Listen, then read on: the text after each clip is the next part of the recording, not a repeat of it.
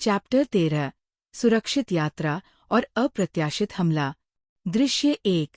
भोर की तैयारी, काली रात का सन्नाटा।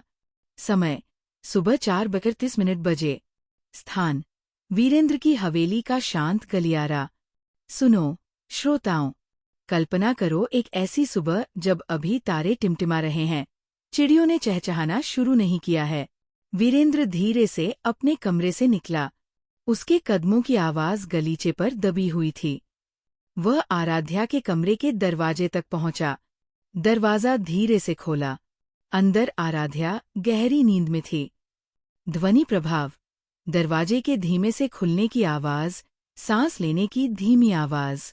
वीरेंद्र बिस्तर के पास बैठा। उसने प्यार से आराध्या के माथे पर हाथ रखा।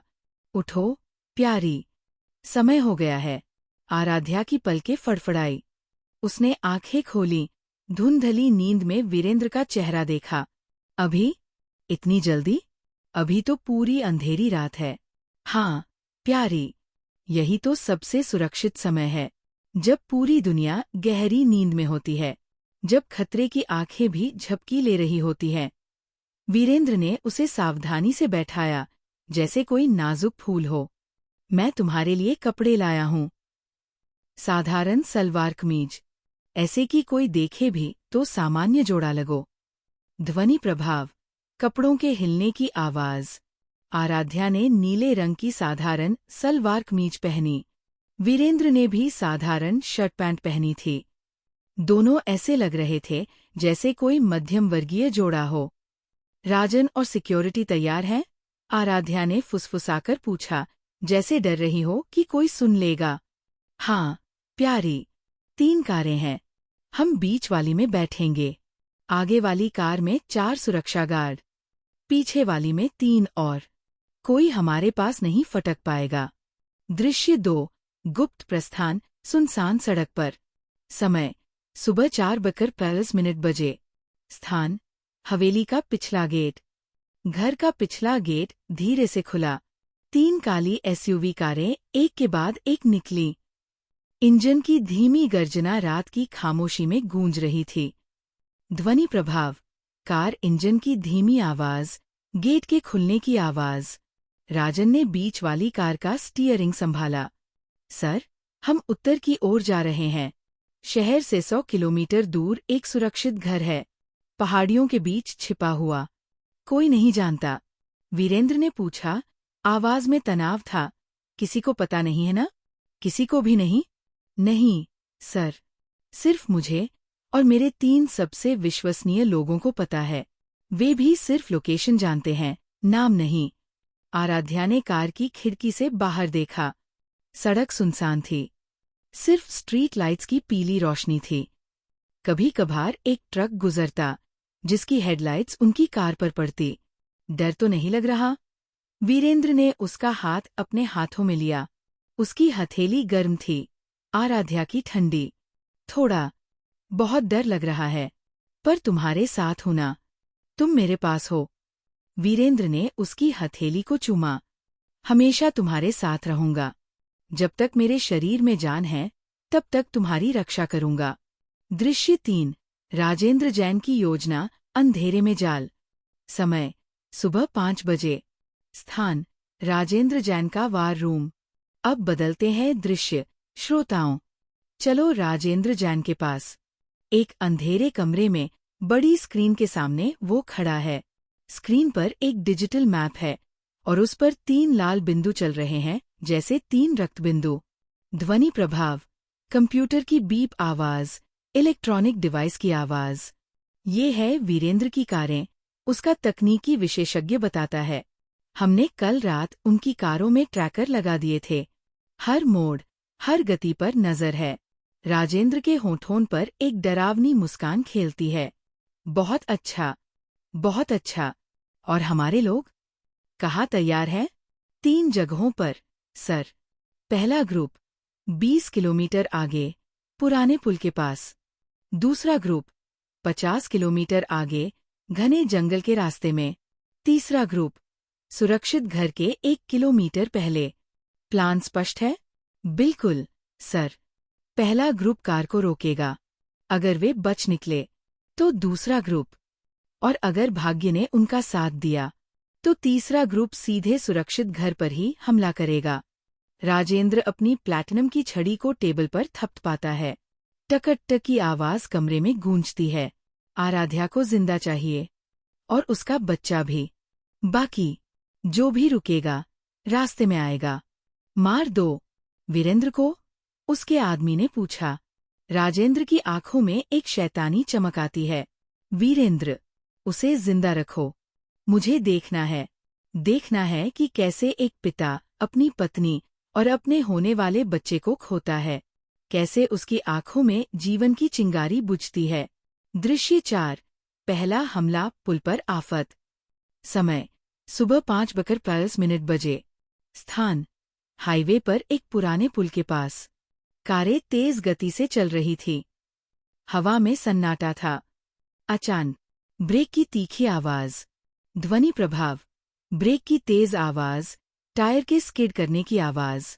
आगे वाली कार का ड्राइवर चिल्लाया, सर, सामने से ट्रक आ रहा है, और वो गलत साइड पर है।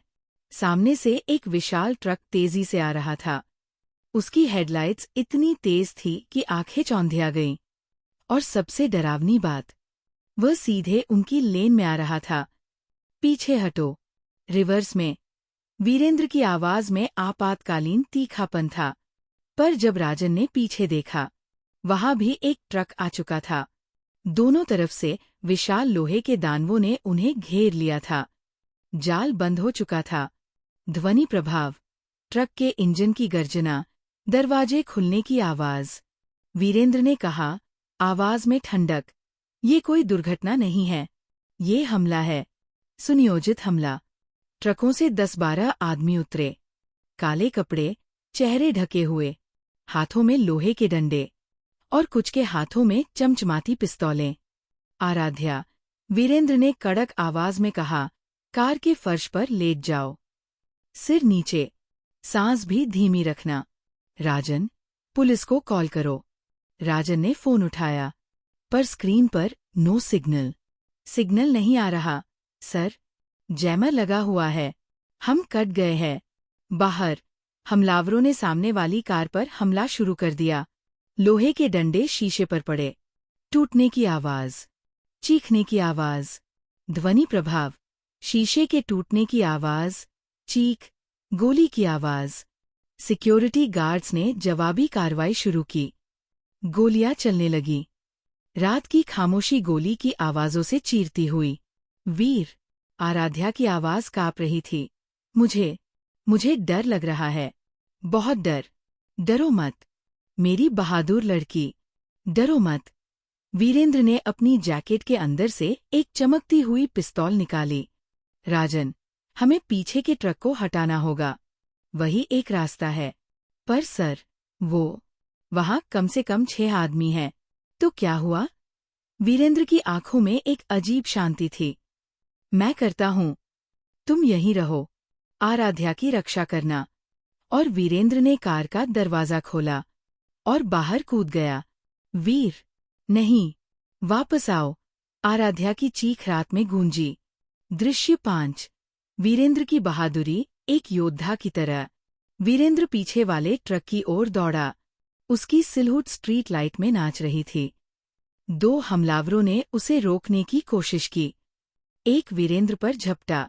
वीरेंद्र ने पिस्तौल के हैंडल से उसके सिर पर वार किया। दूसरा आया। वीरेंद्र ने घुटना उसके पेट में मारा।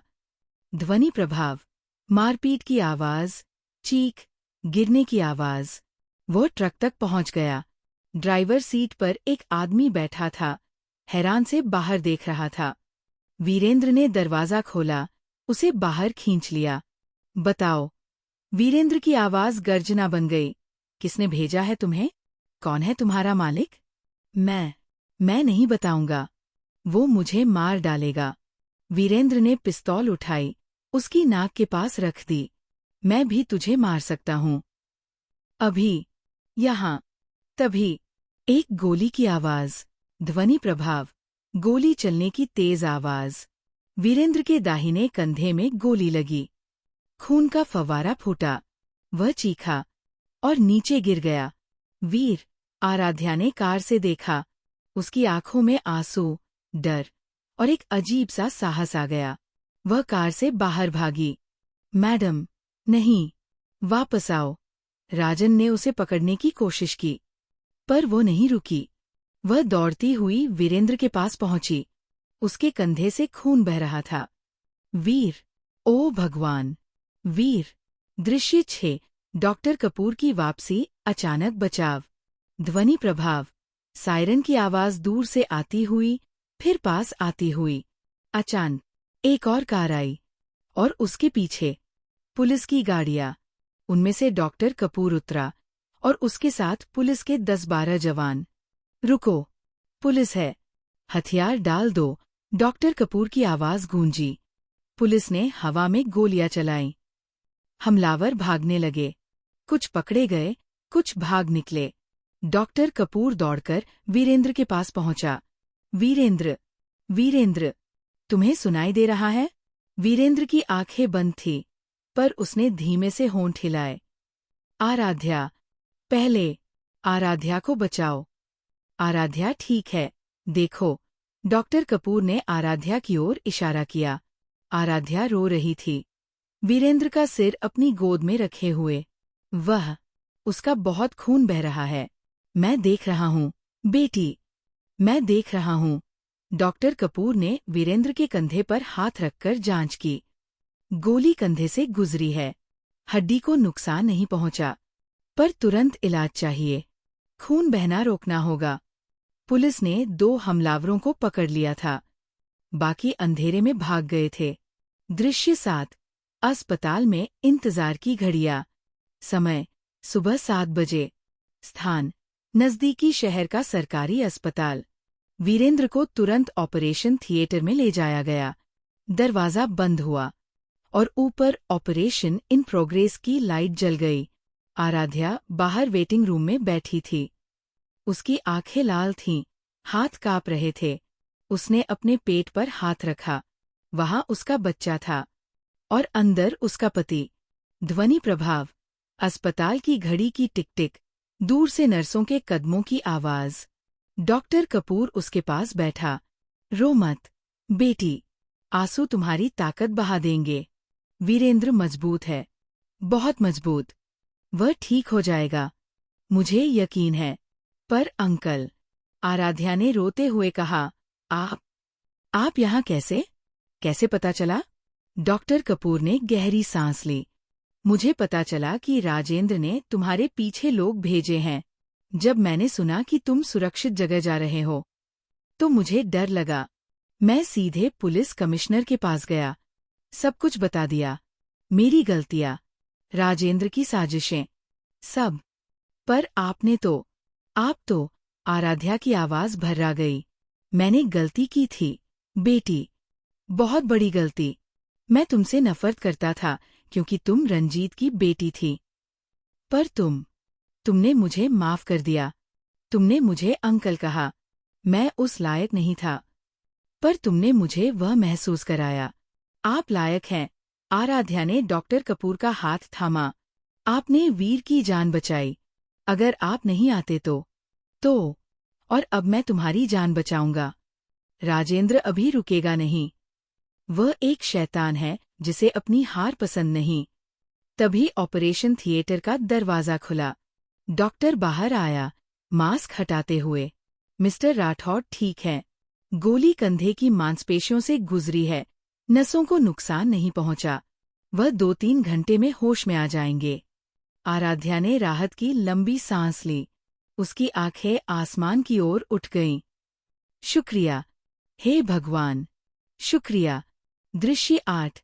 राजेंद्र का गुस्सा, टूटी हुई योजना। समय, सुबह 8 बजे। स्थान, राजेंद्र जैन का ऑफिस। राजेंद्र को खबर मिली।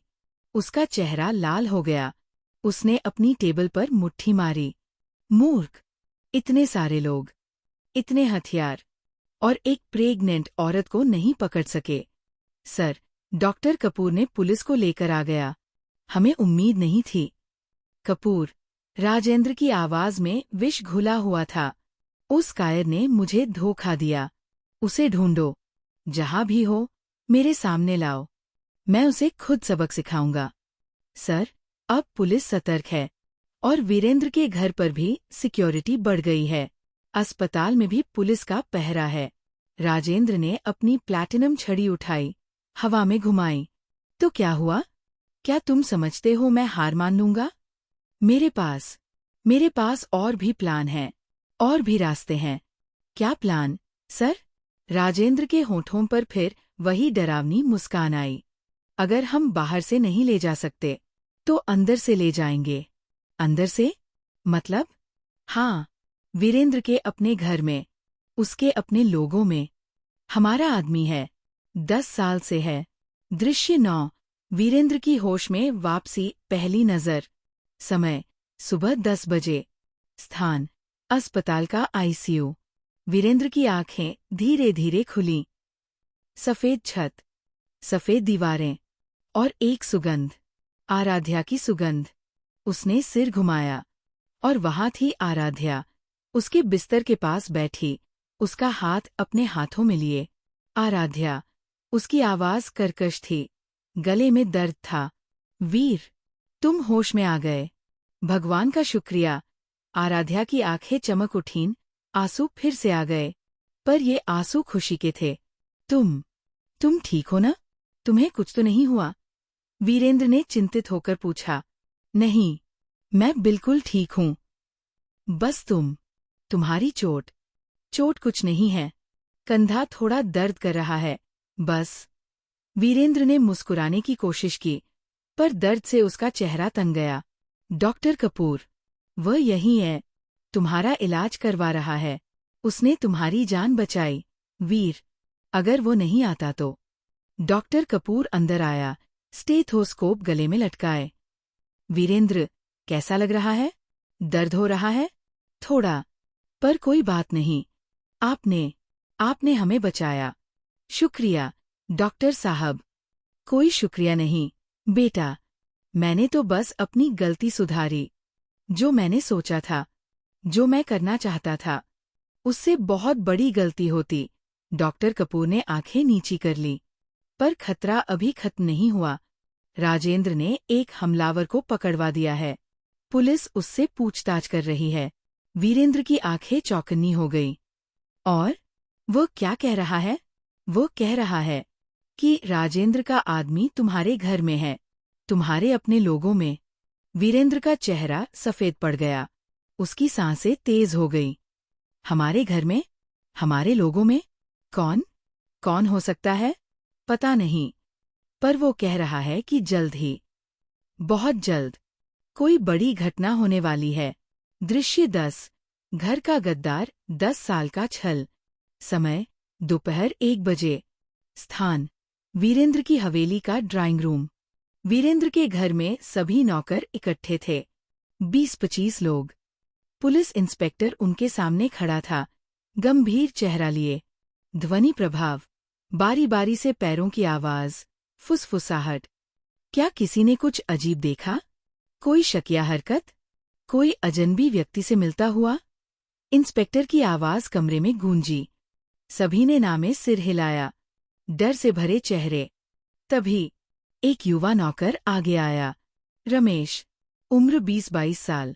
2 महीने पहले आया था बागीचे के काम के लिए। सर, रमेश की आवाज कांप रही थी। मैं कुछ बताना चाहता हूं, पर मुझे डर लग रहा है। डरो मत, बोलो, पुलिस तुम्हारी रक्षा करेगी। कल रात, देर रात, मैं बागीचे में था। मुझे नींद नहीं आ रही थी। तभी मैंने एक आदमी को देखा, पीपल के पेड़ के पीछे। वह फोन पर बात कर रहा था। क्या बात कर रहा था? याद है? रमेश ने गले से लार निगली। वह कह रहा था, कल सुबह सब खत्म हो जाएगा। आराध्या मैडम को ले जाया जाएगा। मालिक को खुश कर दूंगा। कमरे में सन्नाटा छा गया। इंस्पेक्टर की भौहें तन गईं। कौन था वह आदमी? पहचान सकते हो? मैंने अच्छे से नहीं देखा, अंधेरा था। पर उसकी आवाज, वह आवाज। रमेश रुक गया। क्या हुआ? बोलो। वह आवाज, वो हमारे माली जी की आवाज जैसी थी। इंस्पेक्टर ने 2 पुलिस वालों को इशारा किया, उसे लाओ। अभी। पुलिस वाले बागीचे की ओर गए। वहां माली राम सिंह 50 साल का 10 साल से इस घर में काम कर रहा था। फूलों को पानी दे रहा था। ध्वनि प्रभाव, पानी के छिड़काव की आवाज। राम सिंह, हमें तुम्हारे साथ चलना है। राम सिंह ने हैरानी से देखा। पर क्यों, साहब? मैंने क्या किया? मैं तो बस अपना काम कर रहा हूं। तुम्हारे बारे में शिकायत मिली है। गंभीर शिकायत। किसने? किसने की ये शिकायत? रमेश ने, नया नौकर। राम सिंह की आंखों में अचानक आग भड़क उठी। वो झूठा है। वो मुझ पर झूठा इल्जाम लगा रहा है। मैंने कुछ नहीं किया। अगर तुमने कुछ नहीं किया, इंस्पेक्टर ने धीरे से कहा, पर हर शब्द चाकू की तरह तेज था, तो तुम्हारे हाथ क्यों कांप रहे हैं? तुम्हारी आवाज क्यों लड़खड़ा रही है? राम सिंह ने अचानक भागने की कोशिश की, पर पुलिस तैयार थी। उन्होंने उसे पकड़ लिया। संघर्ष हुआ और उसकी जेब से एक फोन गिरा। ध्वनि प्रभाव, फोन के गिरने की आवाज, संघर्ष की आवाज। इंस्पेक्टर ने फोन उठाया। कॉल लॉग देखा। एक ही नंबर, बार बार, दिन में कई बार। और वह नंबर था राजेंद्र जैन का निजी नंबर। अंतिम दृश्य, अस्पताल में योजना, आखिरी लड़ाई की तैयारी। समय, शाम 6 बजे। स्थान, अस्पताल के कमरे में। वीरेंद्र को सब कुछ पता चल गया। पुलिस ने फोन करके बताया था। माली, राम सिंह, 10 साल से हमारे साथ था। वीरेंद्र की आवाज में एक अजीब सी खालीपन था। और वह राजेंद्र का आदमी था। हमारे घर में, हमारे बीच में। उसने सब कुछ कबूल कर लिया है, डॉक्टर कपूर ने कहा, चेहरा गंभीर। राजेंद्र ने उसे 10 साल पहले भेजा था। वीरेंद्र, तुम्हारे पिता की मौत, वह भी राजेंद्र की साजिश थी। रामसिंह ने कार के ब्रेक में छेड़छाड़ की थी। वीरेंद्र का चेहरा पत्थर जैसा सख्त हो गया। उसकी आंखों में आंसू नहीं, आग थी। क्या? मेरे पिता? वह एक्सीडेंट नहीं था? नहीं। और तुम्हारी माँ की मौत भी, वह भी एक्सीडेंट नहीं थी। रामसिंह ने उनके खाने में धीमा जहर मिलाया था। बहुत धीमा, ताकि पता न चले। आराध्या रो पड़ी। उसने अपना मुंह हाथों में छिपा लिया।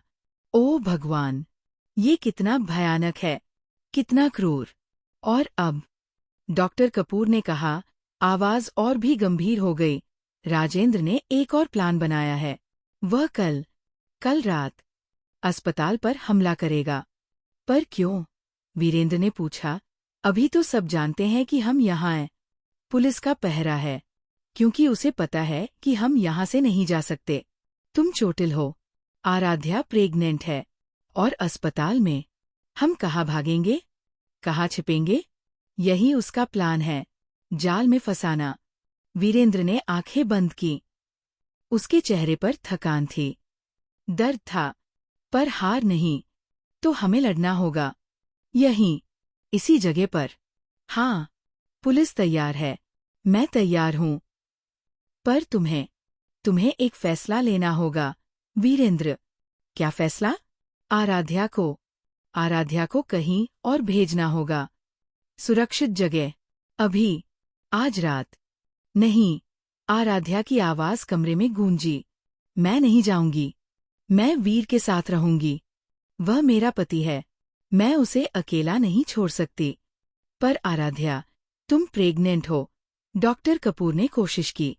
और वह मेरे बच्चे का पिता है। आराध्या की आंखों में एक नया जोश था। मैं भागने वाली नहीं हूं। मैं लड़ने वाली हूं। अपने पति के साथ, अपने बच्चे के लिए। वीरेंद्र ने आराध्या का हाथ अपने हाथों में लिया। उसकी आंखों में गर्व था, प्यार था, और एक अजीब सी शांति। ठीक है, प्यारी, तुम मेरे साथ रहोगी। पर एक शर्त है, बस एक शर्त। क्या शर्त? अगर खतरा बहुत बढ़ जाए, अगर लगे कि अब नहीं बच पाएंगे, तो तुम चली जाओगी। मेरी बात मानोगी। बच्चे के लिए, हमारे बच्चे के लिए। आराध्या ने देखा।